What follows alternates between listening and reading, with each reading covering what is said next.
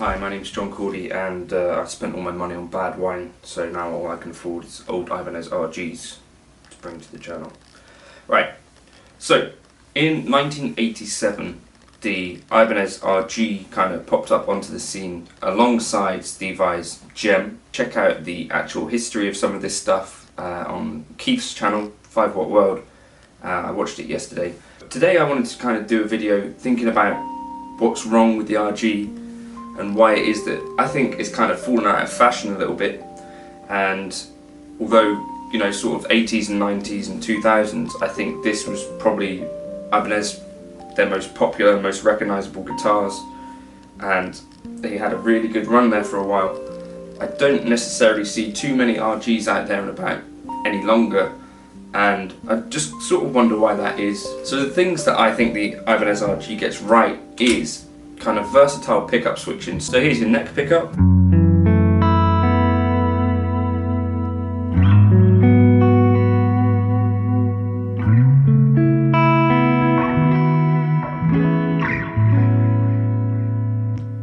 Here's one of the weird little split positions.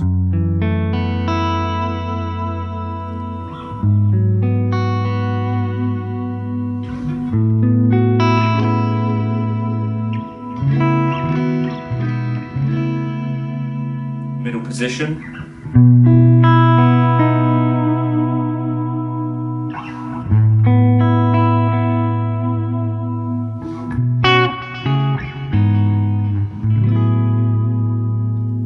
That's the middle, and then we've got another kind of split position, the second position.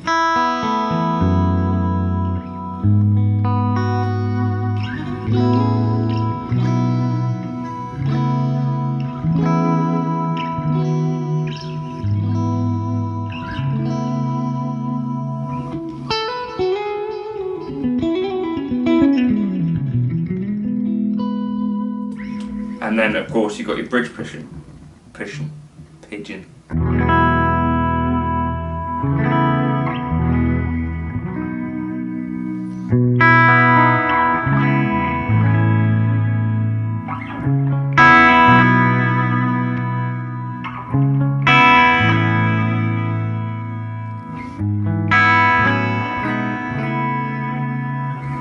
So I think you've actually got some really, really usable in-between positions there. Some of my favourite kind of guitar sounds, and you're probably all, if you're watching a video about Ibanez RGs, I guess be familiar with the John Petrucci kind of middle position sound, which I think is accessible with the Super Switch.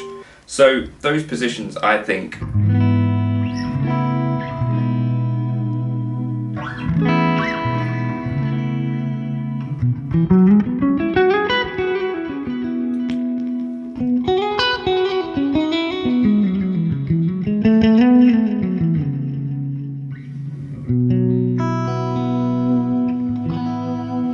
some of my favourite tones that I can get out of a guitar that's loaded with humbuckers is on an Ibanez RG. I just really love those.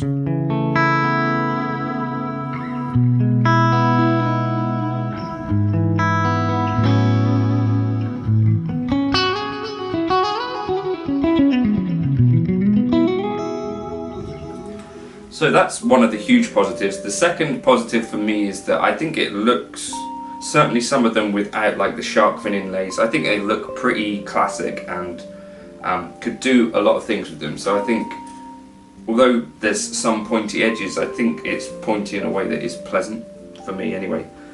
Now on to kind of the negatives, and I think part of what has made the RG become less in favour is that the Floyd Rose no longer really seems to be fashionable for a lot of people, and especially this locking nut thing, which to me is a little bit of a turn off.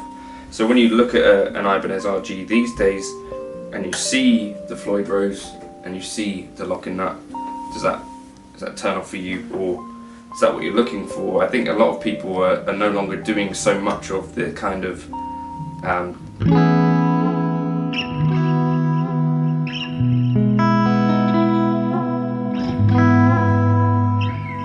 you know, all of that stuff. So I do wonder if that's something, if Ibanez brought out kind of an RG with a Goto trem, for example, potentially I think that would sell quite well still.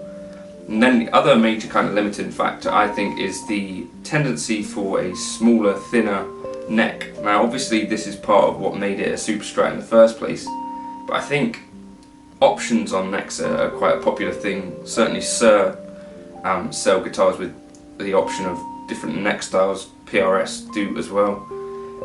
So I think this is something that Ibanez could consider, because they obviously make different neck profiles for other guitars, and there have been some RGs with a thicker neck. I think it's the Ultra is a slightly thicker neck, and then there's obviously the Ibanez RTs, which turned into the Ibanez Andy Timmons.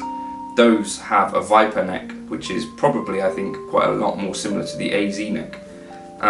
And the AZ neck in particular is quite a lot fuller and more kind of normal feeling, and I think that's something that people do kind of find with Ibanez RGs, is quite a wide and flat kind of neck.